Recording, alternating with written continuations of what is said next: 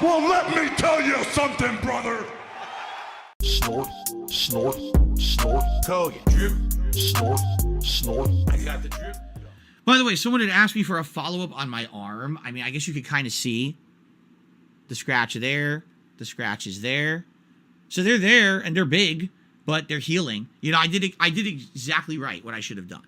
What I needed to do, immediately when they happened, run to the bathroom, disinfect them with rubbing alcohol, clean them up, and then when they dried up and stopped bleeding, do that again.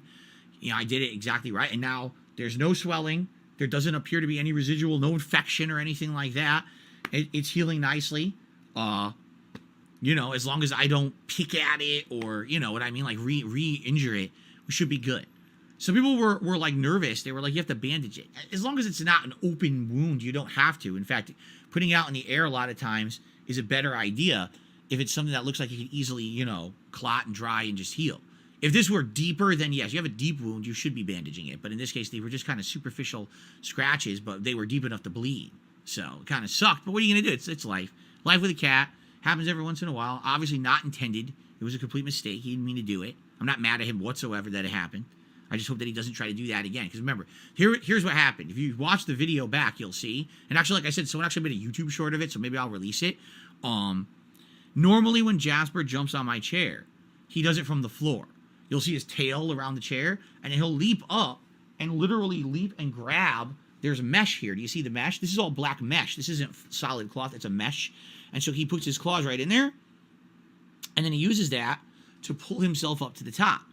But yesterday, he was already sitting on my lap. He was standing on my lap, and my arm was like this, and he decided, I want to go up. Well, how's he going to do it? He can't jump over my face. So he tried to jump, and he's thinking mesh. Like in his head, he's thinking, how do I always climb the chair? Mesh. So he just goes, and immediately his claws dug in so deep into my skin, even deeper than normal. Like he walks on me all the time, and there's nothing. But in this case, he was really sinking in to try to climb the chair, only sunk into my arm, not the chair, you know? Ronnie Blaze says you should try trimming his rear nails because he's been scratched by a cat before. Here's the thing.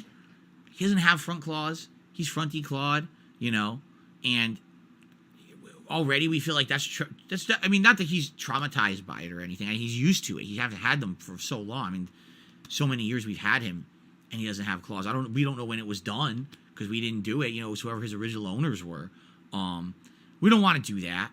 We don't want to do anything to his claws. I don't want to trim them. I don't want to do nothing. Just let him be. He's fine. He doesn't destroy things in the house with those or anything. You know what I mean? And I'd be nervous that he's so used to the rear claws being his only way to climb and do things because he doesn't have front ones, that if we were to trim them, that would throw him all off and he might end up slipping or hurting himself because he's thinking, oh, I have these really super sharp claws that he doesn't. You know what I mean? Go. I got the drip. Go. I got the drip. Go. I got the drip. Go. I got the drip. Go. I got the drip. Go. I got the drip. Go. It's like a faucet that's dripping. You can't make it stop. So what do you want me to do? Have a mute button that every second I'm tapping the mute button just in case I'm gonna have to clear? Like, this is what I mean, these dumb kids. This is what it is, it's dumb kids.